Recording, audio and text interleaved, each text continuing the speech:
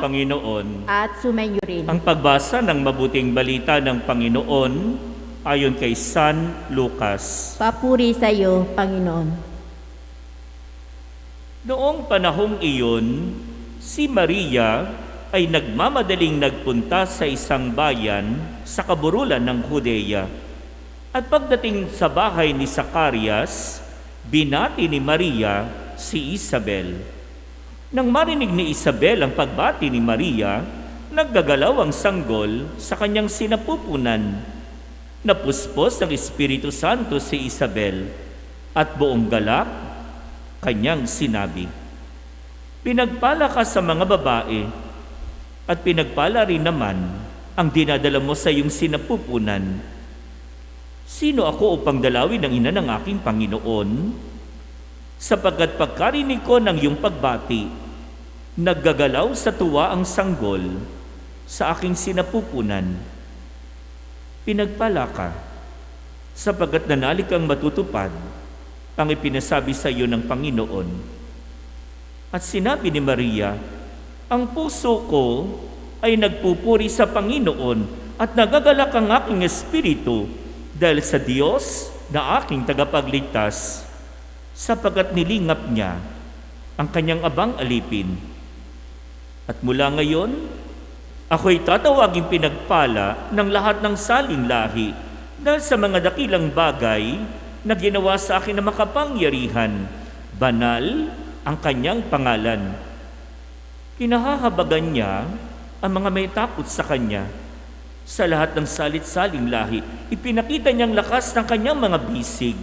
Pinangalat niya ang mga palalo ang isipan. Ibinagsak niya ang mga hari mula sa kanilang trono at itinaas ang mga nasa abang kalagayan. Binusog niya ng mabubuting bagay ang mga nagugutom at panilayas niyang wala ni anuman ang mayayaman. Tinulungan niya ang kanyang bayang Israel bilang pagtupad sa kanyang pangako sa ating mga magulang, kay Abraham at sa kanyang lahi magpakailanman." Nanatili si Maria kina Isabel ng may 3 buwan at saka umuwi. Mga kapatid, ito ang mabuting balita ng Panginoon. Pinupuri ka namin, Panginoong Hesukristo. Hindi lang minsan narinig natin na sinabi. Hindi lang minsan naisip natin at sinabi rin natin. Naging ano lang, nagbago na. Naging ano lang, nagbago na. At ang salitang ano ay maraming bagay. Naging mayaman lang, nagbago na. Nakatungtong lang sa Amerika, nagbago na. Nakapagtapos lang ng pag-aaral, nagbago na. Sumahod lang ng dolyares, nagbago na. At ito'y hindi kathang isip. Ito'y nangyayari. Marami tayong kakilala, marami tayong kamag-anakan, marami tayong mga kaibigan, naging nagbago na. Lumaki na ang ulo, tumigas na ang leeg, tumangos na ang ilong, at wala nang kakilala, wala nang pakialam, nakalimot na rin. Madali itong unawain at tanggapin kung itong ibang tao. Ano ba naman yung ibang tao? Pero nakalulungkot isipin na kahit sa mga magulang at sa mga anak, ito'y nangyayari. Ang anak, naging mayaman lang.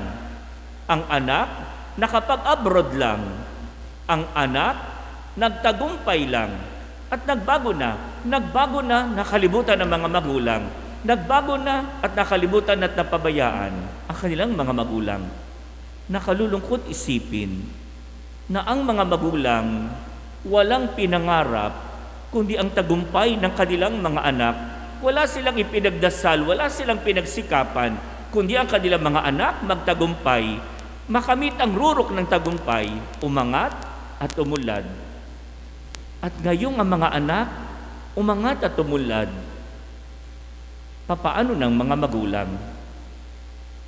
Marahil panahon na para ang mga anak mangarap naman para sa mga magulang. At kung ang isang anak ay mangangarap para sa kanyang mga magulang, ano ang kanyang pwedeng ipangarap? Alam natin ang mga pangarap na iyon. Pangarap nila magantihan ng kanilang mga magulang. Pangarap nila masuklian ng kanilang mga magulang. Pangarap nila mapaglingkuran ng kanilang mga magulang. Pangarap nila ng kanilang mga magulang makatikim ng ginhawa. Kung pangarap at pangarap, hindi kailanman nagkulang ng mga pangarap ang mga anak para sa kanilang magulang. Ang pangailangan lamang ay ang panahon. Kailan tututuhanin ng mga anak ang kanilang mga pangarap para sa mga magulang? Kapag matanda na ang magulang, kapag mahina na ang magulang, kapag ulyani na ang magulang, kapag wala na ang magulang. Kung pangarap at pangarap, hindi kailanman nagkulang ng mga pangarap ang mga anak para sa kanilang mga magulang. Ang masaklap lamang, huli na ang lahat. Ito ang luha ng maraming mga anak sa libing ng kanilang mga magulang. Kay aga niyong pumanaw, kay aga niyong nawala. Ang dami pang pangarap para sa mga magulang. Marahil panahon na para ang mga anak mangarap para sa kanilang mga magulang. Ang mga kapatid, sa linggong ito, pinagdiriwang natin ang dakilang kapistahan ng pag-aakyat sa mahal na Birheng Maria sa langit, katawan at kaluluwa. Si Maria, ang ina ni Jesus, ay iaakyat sa langit, katawan at kaluluwa. Nakatutuwang mabatid, nakatutuwang ipahayag at nakatutuwang ipagdiwang, may isang anak na nangarap para sa kanyang ina. Si Jesus, pinangarap na ng kanyang ina, makatikim ng ginhawa, makatikim ng langit, susuklian, gagantihan, paglilingkuran ang kanyang ina. Itong ating pinagdiriwang, si Jesus na isang anak ay pinagyaman ng kanyang ina sa kabilang buhay. Ito marahil ang mabuting balita. Kung ang lahat ng mga anak mangangarap para sa kanilang mga magulang, walang magulang na malungkot, walang magulang na mangungulila, walang matandang mapapabayaan, walang matanda na magkukulang sa kalinga. At itong mabuting balita, kung ito'y mangyayari, mga anak nangarap para sa kanilang mga magulang, kay ganda ng daigdig, kay ganda ng ating panahon, kay ganda ng ating kapaligiran, walang mapapabayaan, walang ampunan, marahil wala ring bahay puso. Ito ang ating pinagdiriwang. Si Jesus, nangarap para sa kanyang ina, iniyak niya sa langit si Maria, katawan at kaluluwa. Tungkol sa katotohanan ng ating pinagdiriwang ngayon, tatlong bagay. Una, pamilya. Sa pagdiriwang na ito, na iniakyat sa langit si Maria, sa langit, katawan at kaluluwa, lumulutang, nangingibabaw, lumalabas ang kamalayan ni Jesus. Ang kamalayan ni Jesus ay para sa mag-anak. Ang kanyang kalooban ay para sa mag-anak. Sa kanyang gawaing pagliligtas, ito'y nananalaytay sa kanyang gawaing pagliligtas. Sa pagkawala pa lang sa templo, ipinahayag niya, hindi ba ninyo alam na ako'y dapat nasa bahay ng aking ama? Si Jesus din ang nagturo sa atin ng panalangin ng Ama namin. Siya rin ang nagturo sa atin ng talinghaga ng aliwaghang anak hanggang sa huling sandali.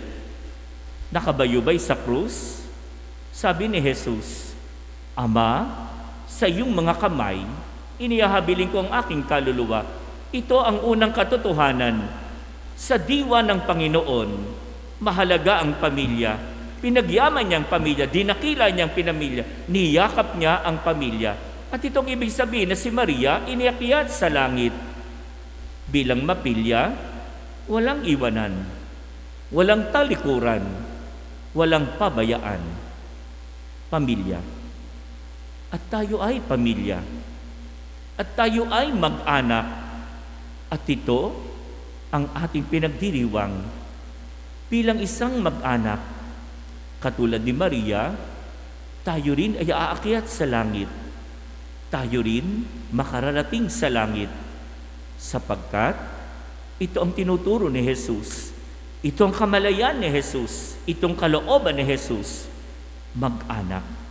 Sa panahong ito ng pandemya, mahalaga din na sa ating kamalayan, manalaytay ang diwa ng mag-anak kung bakit ako mag-iingat, kung bakit ako magsusuot ng face mask, kung bakit ako maglalayo-layo at mag-iugas-sugas para sa mag-anak, para sa ating mga mahal sa buhay, at sa ating mga tahanan, mag-anak. Ito ang unang mabuting balita. Si Jesus ay anak. Si Maria ay ina. Tayo ay mag-anak. Pangalawa, si Maria iniakyat sa langit, katawan at kaluluwa. Katawan at kaluluwa. Sa kasaysayan ng simbahan, may panahong ang katawan itinuring na marumi, itinuring na mababa, itinuring na masama, hindi binigyan ng halaga, hindi pinagyaman. Upang matuklasan lamang, mahalaga ang katawan, sapagkat tayo ang templo ng Espiritu Santo, ayon na rin sa banal na kasulatan, at pinagyaman ng katawan, pinahalagahan ng katawan, dinakila ang katawan sa makabagong panahon. Napakahalaga ng katawan, napakahalaga ng pakatawan, at nakalimutan natin ang kaluluwa. Nakalimutan natin na ang tao ay katawan at kaluluwa. Pinaganda natin ang ating mga mukha, pinakinis natin ang ating mga balat, binigyan natin ng ginhawang ating mga katawan. Sa kakulangan na nakalimutan natin ang ating mga kaluluwa. Sa panahong ito ng pandemya, ito yan ang tinuturo sa atin. Ingatan ang katawan, pero wag natin pababayaan ang ating kaluluwa. Kaya tayo sa simbahan, kahit na mahigpit na pinagbabawalan, patuloy ang ating pananalangin, patuloy ang ating pagdiriwang, patuloy ang ating pangingilin, sapagkat alam natin ang tao, katawan at kaluluwa, at ililigtas ng Diyos, katawan at kaluluwa. Hindi kaluluwa lamang sa kababayaan ng katawan, at hindi katulad ng tinuturo ng makabagong panahon, katawan lamang at hindi ang kaluluwa. Sa araw na ito, yan ang pangalawang mabuting balita, katawan at kaluluwa. Hindi mahalaga ang katawan, hindi mahalaga ang kaluluwa. Mahalaga kapwa. Tinitimbang ang kapwa, pinagyayaman kapwa, dinadakila ang kapwa, hanggang sa ang katawan at kaluluwa umakyat sa langit. Ito ang pangalawang mabuting balita. Sa panahon ng pandemya, katawan at kaluluwa, kapwa ililigtas, at alam natin ang katotohanan ito. Ligtas man ang ating katawan, pero ang ating kaluluwa nalulungkot, natatamlay, walang sigla, walang gana. Paano ang katawan? Pangatlo, ang pag-aakyat kay Maria sa langit ay tugon ng Diyos sa ginawang pag-aali ni Maria ng kanyang sarili. Alam ng Diyos, nakikita ng Diyos, naririnig ng Diyos, at hindi maaring ang Diyos ay tutugon sa ginawang pag-aali ni Maria ng kanyang sarili. Sa pagbati ng anghel, sinabi ni Maria, "Ako'y alipin ng Panginoon," hanggang sa paanan ng krus. Si Maria ay naroroon. Sa katunayan, isa sa huling 7 wika ng Panginoon, sinabi niya, "Babae, narito ang iyong anak, narito ang iyong ina." At ito ang pangatlong mabuting balita. Nakikita ng Diyos, alam ng Diyos, naririnig ng Diyos. Sa katunayan, matapos ang buhay ni Maria sa lupa, siya'y iaakyat sa langit bilang pagkilala, bilang pagtugon, bilang pagpapala kay Maria na inialay ang sarili. Ito ang pangatlong mabuting balita. Alam ng Diyos ang ating pinagdaraanan, nakikita ng Diyos ang ating pinagdaraanan, naririnig ng Diyos ang ating mga hinaing at dalamhati. Alam ng Diyos. At ang Diyos tutugon. At ang Diyos tutugon sa takdang panahon. Ito ang ating pinagdiriwang. Si Maria iniakyat sa langit bilang sagot ng Diyos sa kanyang pag-aali ng sarili. At ito ang kailangan natin. At ito ang gusto natin. At itong kahilingan natin.